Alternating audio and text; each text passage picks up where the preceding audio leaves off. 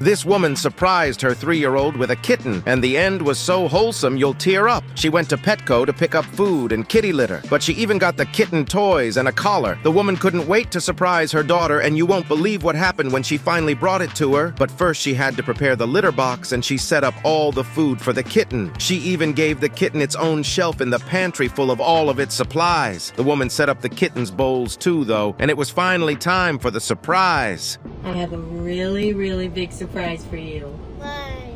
We are gonna get a kitty.